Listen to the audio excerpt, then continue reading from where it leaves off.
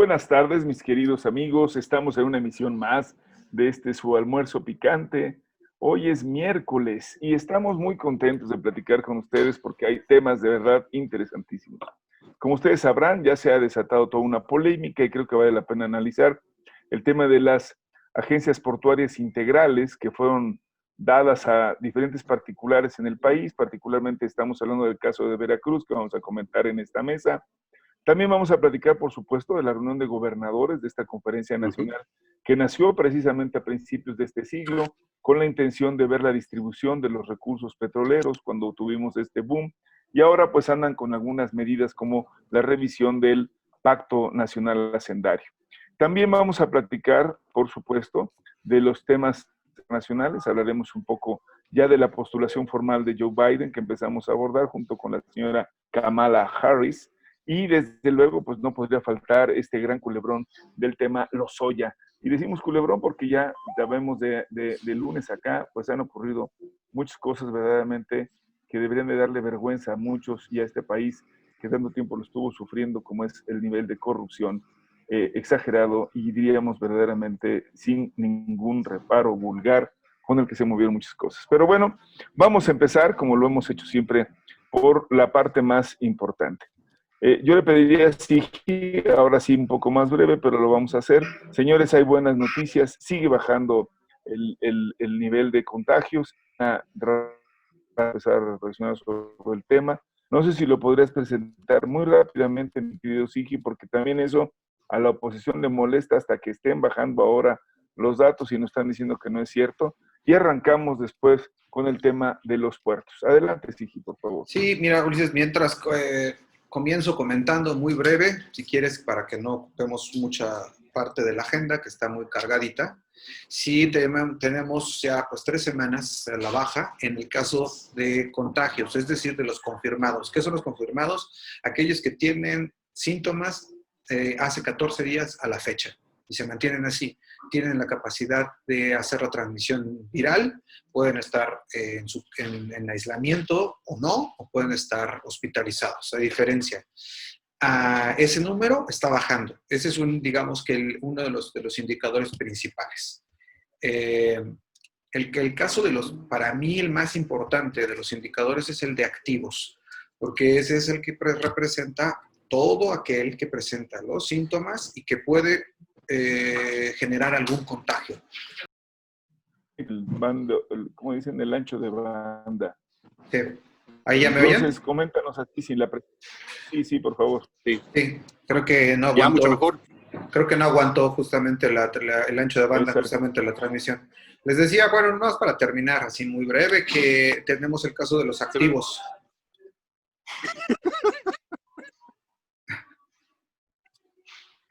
¿Ahí me escuchan? ¿Me escuchan ahí? Sí. Sí, ok, sí, perfecto. Dale. Perfecto. Les decía que el caso de los activos también tenemos una disminución y ese es el indicador más importante desde mi punto de vista, porque son todas aquellas personas que tienen las capacidades de transmitir la infección, de tener la viralidad suficiente como para hacer este contagio. Por lo tanto, entonces, el número de contagios o de activos que exista el día de hoy va a determinar el número de contagiados que van a existir mañana y por lo tanto la evolución de la epidemia. Ese está bajando y está bajando sistemáticamente. Lo que decía Ulises, efectivamente tiene mucha razón, tiene el indicador de mortalidad ha bajado y ustedes no me dejarán mentir, llevamos más de un mes siendo sistemáticos en que ese indicador iba a la baja, ha sido absolutamente constante. Y esa es una de las cosas que ahorita los críticos del gobierno federal y a las autoridades de la Secretaría de Salud los tienen sumamente molestos y efectivamente es al que más aducen. Inclusive ha habido algunos especialistas que han referido que son muchas más las muertes que existen y que no se está reportando de manera correcta. Hasta están reviviendo algunas de las notas que ya tenían algo de tiempo. Pero a mí me parece que desde el punto de vista del análisis de las cifras oficiales, y si estas no pueden ser atacadas, puedo confirmar que efectivamente tenemos una disminución, como lo habías mencionado tú el lunes, Oscar, por lo menos 3 semanas constantes. Eso es tanto con respecto al tema. Compañeros. Bueno, pues ahí está. Y bueno, empezaremos diciendo que precisamente en el marco de esta disminución, pero también de esta realidad de la contingencia, se han reunido hoy los gobernadores en la que llaman la 59 sesión ordinaria de este consejo, de este órgano colegiado, que nació, para algunos decían, como un sindicato de gobernadores que presionaban al Ejecutivo, al entonces presidente Fox, cuando nació, para la distribución de los, eh, digamos, utilidades que se estaban dando a partir del boom vimos muy al principio de este siglo, y que se ha mantenido vivo y que ahora se refuerza. Para algunos dicen que es la fortaleza del federalismo, para otros es un espacio donde finalmente se genera una fórmula de diálogo que no se tenía anteriormente, cuando casi todos eran de un mismo partido o del partido único en un régimen completo y absolutamente presidencial, y que ahora, bueno, pues los gobernadores tienen ese espacio para expresarlo. Esta reunión han estado presentes prácticamente pues los más importantes ministros o miembros del gabinete del presidente Andrés Manuel, particularmente la secretaria de Gobernación, Olga Sánchez Cordero, y el secretario de Hacienda, el maestro Arturo Herrera, y que han expuesto de manera muy puntual pues sus condiciones, primero haciendo posible que funcione bien esto, haciéndose presentes, manteniendo este diálogo, y segundo, pues escuchando las propuestas, porque a decir de algunos de los gobernadores, bueno, la situación que ha dejado la pandemia en términos de deterioro económico, los estados reclaman un nuevo pacto o un acuerdo distinto sobre el federalismo, esta distribución que se hace de los recursos que se ingresan al país por diferentes vías, particularmente, evidentemente hay que decirlo, por este intercambio en los productos nacionales con otros países y que se cobran impuestos de ello, o también la introducción los mismos, ¿no? Lo que llamamos las importaciones y las exportaciones. Y desde luego, pues los resultados de los grandes, de las ventas importantes, como sería de los energéticos, particularmente del petróleo y algunas otras alternativas, como sería, desde luego, la energía eléctrica.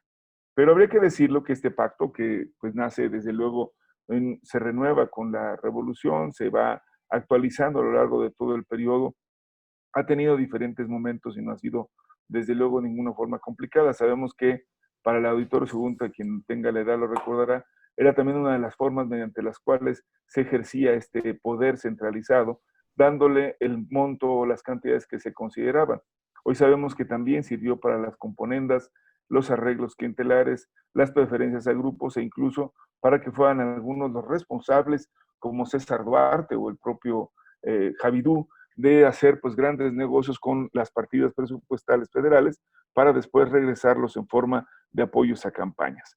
Hoy se está hablando de este fenómeno en el marco de una circunstancia especial que es la emergencia sanitaria y la necesidad de ir caminando. ¿Qué opinan nuestros almorzantes? ¿Fortalece el federalismo? Estamos en una situación donde tenemos de nuevo un sindicato, estamos hablando de la posibilidad de generar un nuevo pacto hacendario, un pacto fiscal distinto al que tenemos hasta ahora. Por favor, sus opiniones, mi querido Carlos, adelante. Muchas gracias, maestro. Vamos, yo siempre he sido abanderado y positivo en el sentido de un Estado fuerte. Estamos regresando a los estados fuertes y creo que este es un síntoma de lo mismo. Aplicando la misma receta que aplicaban los neoliberales al tratar de desmantelar el Estado. ¿A qué receta me refiero?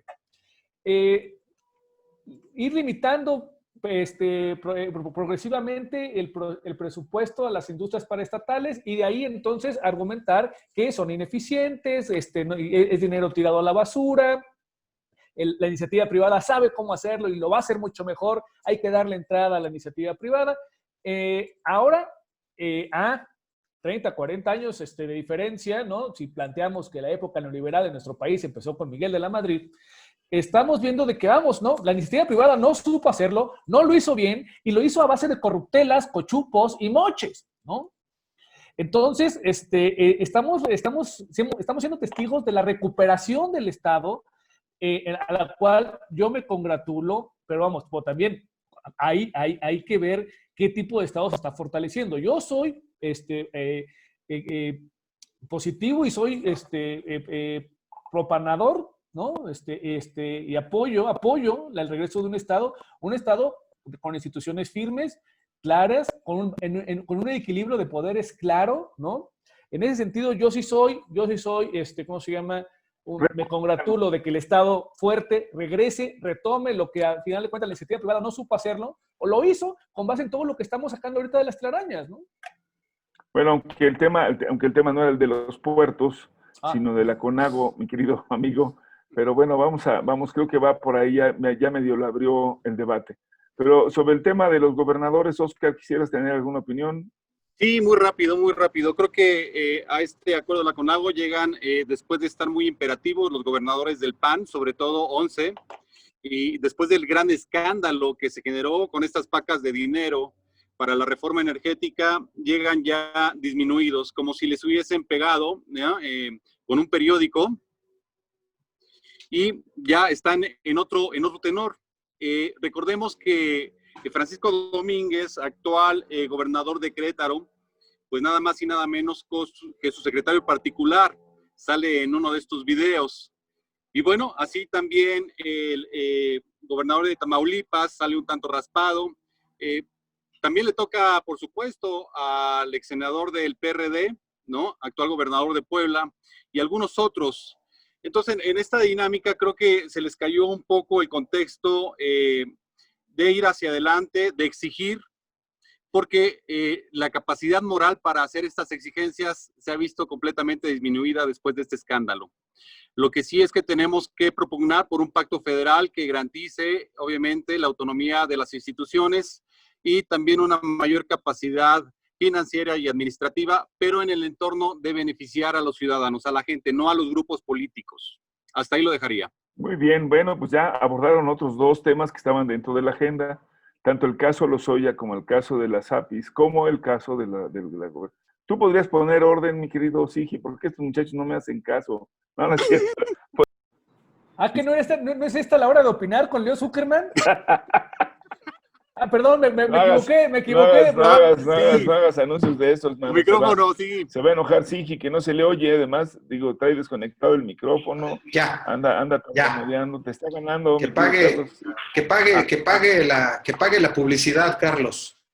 Bueno, yo sí creo y comparto con estas preocupaciones que ustedes han dicho, dos ideas que me parecen fundamentales.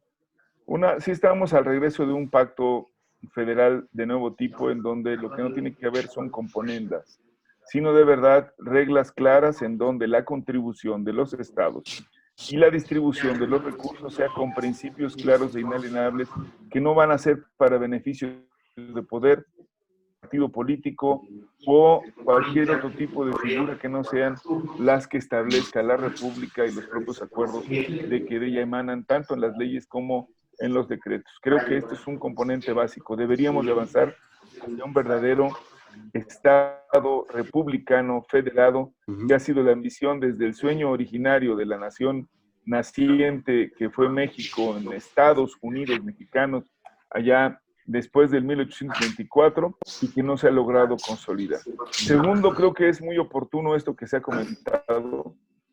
Hay quienes hoy no tienen de verdad la cara para poder salir y decir, nos están quitando el dinero, cuando lo que hemos visto es que siempre se ocupó el recurso, llegado el momento, para fines distintos a los que se proclamaban. El caso grave, creo que lo vimos con el propio Javier Duarte, que dinero que estaba destinado para temas de salud se utilizó para enriquecimiento de su familia o para destinarlo en apoyos a partidos políticos, a su partido, o el caso de Duarte, que ocupó buena parte de sus recursos para la compra de bienes en México, en sus ranchos, y desde luego fuera del país, y así podemos hablar del de Tamaulipas, y así de otros tantos más. Eso, sin duda, tiene que ser algo que en definitiva se acabe. Creo que el escándalo de Lozoya lo ha puesto, sin lugar a dudas, en el punto cúspide de esta necesidad de reconstruir un Estado que fue dilapidado, que fue completamente arrollado por este tipo de intereses, y digo arrollado como quien arrolla, como quien acaba, como quien pretende aplastar y les pasa por encima. Pues pasa por encima de todo. Y la otra parte que bien comentaba el buen Carlos, se acabó esta historia de que los mejores que pueden ayudar para desarrollar las cosas son los privados, porque ellos saben y tienen una visión de carácter económica que sí resuelve porque el Estado no la tiene.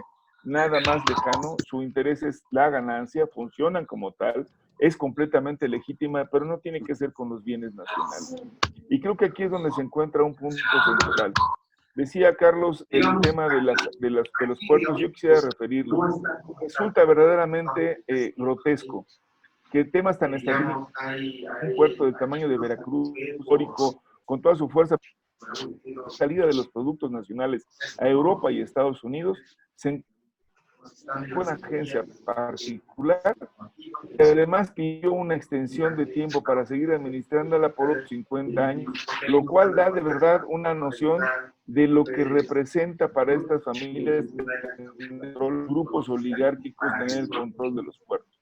Así se encuentran todos los puertos importantes, Tampico, el caso de Vallarta, de Mazatlán, de un momento, Carlos, del beneficio y la llegada de los señores de los dineros nos iba a hacer más ricos, pues no derivó sino en hacer más ricos a unos, más pobres y más desiguales al resto, y una cosa indudable, una quiebra paulatina de los bienes naturales, de los bienes nacionales para el futuro. Y creo que eso nos lleva a un planteamiento necesario. Si hoy tenemos una nueva administración de los puertos, ¿qué es lo que podemos imaginar? Pues tal vez una nueva redistribución de los recursos. Esos son recursos que captaba la federación y luego, diríamos, se distribuirían entre los demás. No lo que entra en el puerto de Coatzacoalcos o de Campeche por vía de petróleo, se queda en Campeche o se queda en Coatza. Y sabemos que ha sido también un reclamo ciudadano, yo diría legítimo, que sus ciudades estén contaminadas por el petróleo o que estén llenas de problemas relacionados con el uso y el abuso también de las zonas portuarias por los buques, por la basura que se genera, por el diésel que dejan quemado, que ya no se ocupó. Todo lo que ustedes me puedan decir, sí debe de ser una lógica que tiene que renovarse y administrarse, pero en beneficio de la sociedad y en la visión estratégica de que si seguimos dejando en manos de unos cuantos el país que tenemos llamado México, maravilloso, este cuerno de la abundancia, hay que decirlo, no estaba solamente dirigido a los Estados Unidos, como alguna vez mágicamente todos lo vieron, sino a un grupo de oligarcas que no tenían ningún interés por lo nacional, sino por sus propios beneficios de sus familias y de sus bolsillos. Esto tiene que cambiar. Ese sería mi punto de vista y quisiera dejarles a ustedes la palabra para hablar de esto antes de pasar a los temas internacionales. Oscar, Carlos, Sigi. Sí, pues mira, la concesión del puerto de Veracruz es un tema muy espinoso, igual que muchos que se generaron en el pasado. Creo que esta situación tiene que revisarse y llevarse a las últimas consecuencias. Un contrato de concesión que fue firmado en 1994, otorgado por Emilio Gamboa en aquel momento. 1994, recordemos esa fecha, fue el último año de la administración de Salinas de Gortari. Casualmente, en el 2013, un año prácticamente después de que llega el PRI nuevamente al escenario del poder ejecutivo con Peña Nieto, se genera una ampliación de este proyecto, de esta concesión, una ampliación muy importante. Y bueno, tenemos entonces el otorgamiento de un permiso, una autorización, que si bien los bienes sujetos al régimen de dominio público de la Federación, estas concesiones no crean derechos reales, pero sí otorgan usos, aprovechamientos, explotación. Claro que dice la ley muy claramente, de acuerdo a lo que establecen las normas. Si no, no sería negocio, Oscar. Imagínate nada más Por que supuesto, se metieran a hacer nada más las cosas como si alguien se los diera, Carlos. No, pero esta empresa a la que se le dio la concesión, hay que también, o sea, ¿cuánta lana en el puerto de Veracruz y qué hizo en el puerto de Veracruz?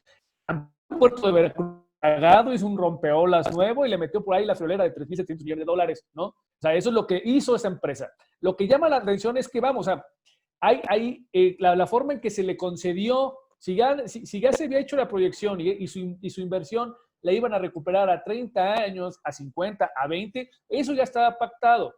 Lo que llama a suspicacia es porque un año antes de dejar la administración de Enrique Peña Nieto, se le aumenta la concesión que ya estaba proyectada, que ya habían firmado, que ya se Y a planteaba unos que iban días a... de la elección, además había que decirlo, posteriores de la elección. Exactamente, entonces, y resulta que, pues, los apellidos que resultan llamativos dentro de los socios que le metieron lana a esa misma empresa o de los grupos de asesores o de los grupos de abogados, pues son viejos conocidos, ¿no?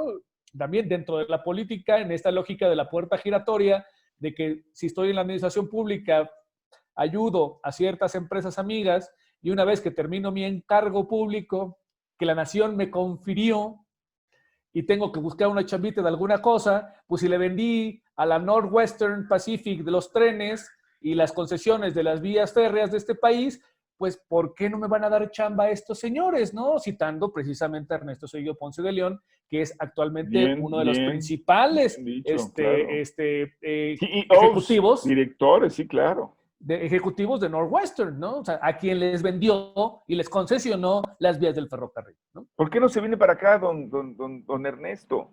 ¿Qué hace ahí perdiendo el tiempo?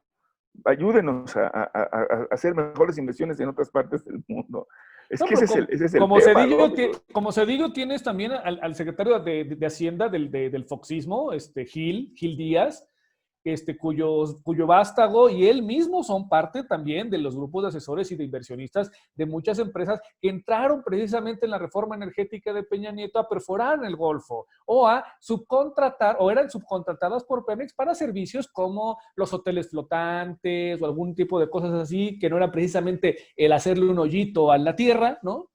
Pero vamos, los apellidos siguen siendo lo mismo. Pero resulta también igualmente significativo, y esto lo hemos platicado, mi querido amigo, que de verdad tenga que ser necesaria la inversión privada. No dudo que pueda ser, pero puede ser coparticipación, no entrega y concesión absoluta. Y la verdad es que también fue un mito donde decían, es que ya no hay dinero, ¿cómo lo vamos a invertir? Miren nada más qué maltratado está el puerto, necesitamos algunos apoyos. Pero cuando tú ves lo que está detrás y lo que van a ganar, la verdad es que había que hacer una, digamos, medición exacta y vamos a ver que fueron, como ocurrió con otros casos, ¿verdad? Pues una venta, digamos, de pacotilla o un pago de pacotilla para un negocio verdaderamente súper jugoso y por periodos bastante largos.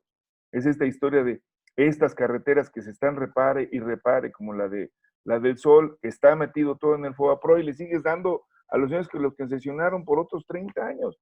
Pues digo, eso también resulta verdaderamente obsesivo, grosero y opresivo. O como en las épocas de elecciones aquí en la Ciudad de México, que resulta que hay que cambiar todas las banquetas, cabrón, ¿no? O sea, ahora resulta que todas las banquetas, poquito antes de las elecciones, resulta que las banquetas estaban bien madreadas, ¿no? Y hay que recuperar, hay que rehacer banquetas en todas las delegaciones, en todas las alcaldías. Pues no mames.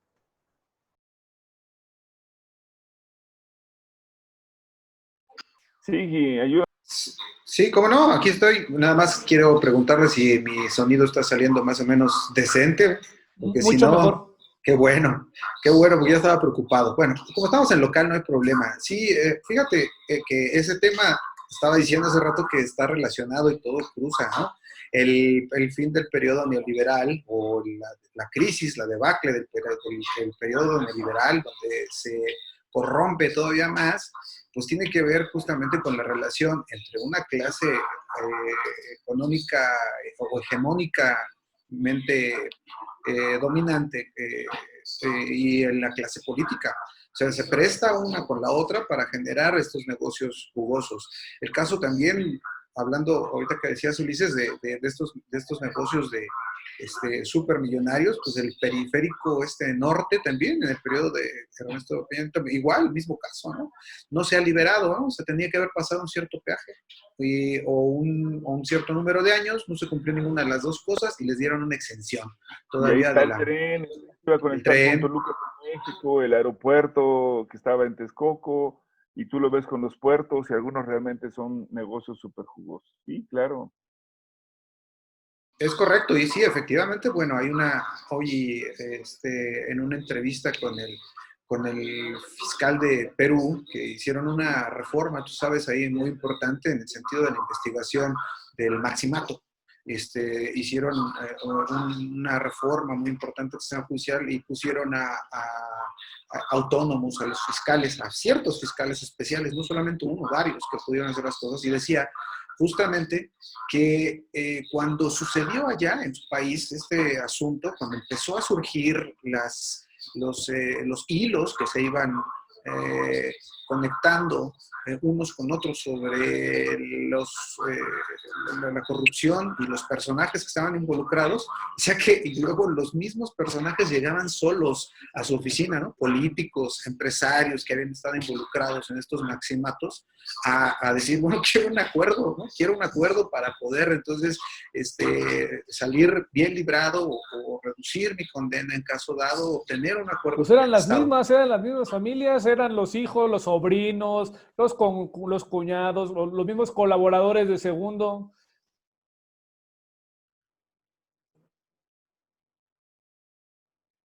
Correcto, ya tenemos a Oscar por acá. Hemos andado muy accidentados con la cosa de la conexión, pero ya estamos por acá, Oscar. Estamos viendo el tema. Y el hecho aquí es que estamos asistiendo a un recambio de esas élites. Sin duda. Yo creo que hay una tormenta solar que está afectando el electromagnetismo de las señales. Y hay una tormenta solar, yo creo, por la luna negra o el eclipse de algún lado. ¿No? Sí, pero sí, el asunto está en que tal vez él pueda tener después una grabación mejor de su voz, aunque no lo captemos adecuadamente. Pero lo que sí podemos decir es que sin duda estamos ante una circunstancia nueva, creo, en general, además del viento solar y otras cosas. Y había que decirlo, si es un recambio entonces generacional, sí. ¿Qué representa para muchos ahora la llegada de Joe Biden? Y yo quisiera que lo pudiéramos comentar muy rápido, porque ya la postulación ya es además de un hecho, ¿no? Volvieron a salir los personajes que fueron derrotados en el pasado. Yo no sé qué tanto le aporte que la señora que fuera la esposa de Obama lo apoye, o que apoye Clinton o Hillary, como para darle punch a la candidatura. Creo que sigue siendo un tema más mediático y no alcanza, por lo menos, a verse que vayan a tener toda la fuerza necesaria. ¿Qué opinas, mi querido Carlos, Oscar? Es que, vamos, si es una presencia mediática, entonces sí están haciendo la lectura correcta, porque esta va a ser una campaña, no va a ser una campaña de grandes mítines, de grandes estadios, por las mismas condiciones de la pandemia. Va a ser una campaña que se va a tener que dirimir necesariamente en las redes sociales o en los medios masivos de comunicación por las mismas restricciones de la convivencia social que tienen por la pandemia. Entonces, si leyeron que el impacto es mediático, lo leyeron bien.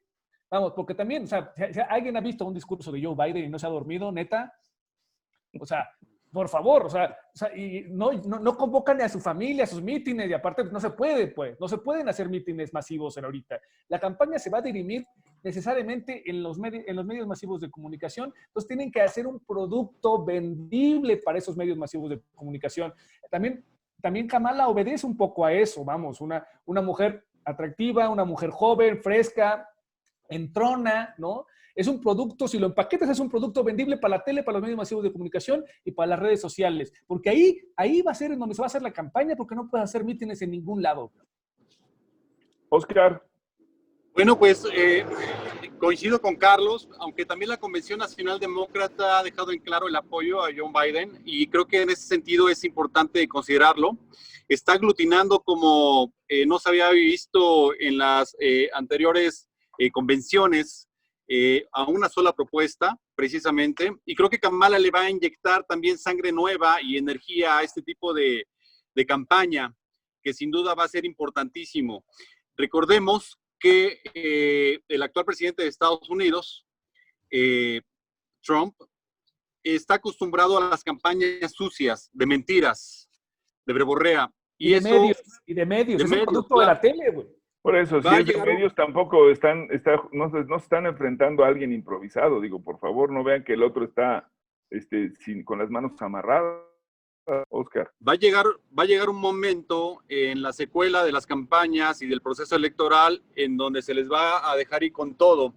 Y creo que aquí también deberán de tomar previsiones los demócratas en este escenario, porque va a ir subiendo de tono y de nivel.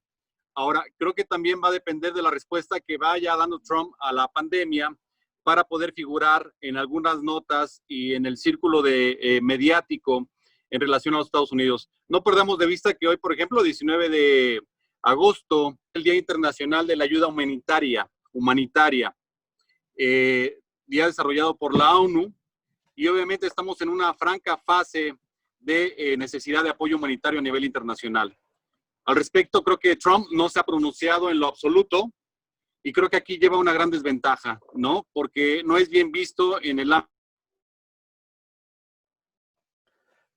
¿Qué se manifestó? Recortó el apoyo a USAID y esa es una manera de manifestarse. Ha recortado el apoyo humanitario en todas las partes del mundo. Esa es una manera de manifestarse. Tampoco sí, además juega mucho a crear esos fantasmas, porque yo creo que había que decirlo, hablando de esto que comentabas, Carlos, de lo mediático, también están por una idea de que el ciudadano norteamericano también es una persona que ha vivido pensando siempre en que el centro del universo son ellos.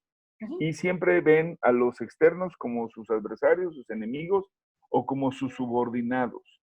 Y esto creo que hace que también en algún sentido esta noción de imperio funcione con una lógica distinta. ¿Qué quieren? Primero América, ¿no? First, America first.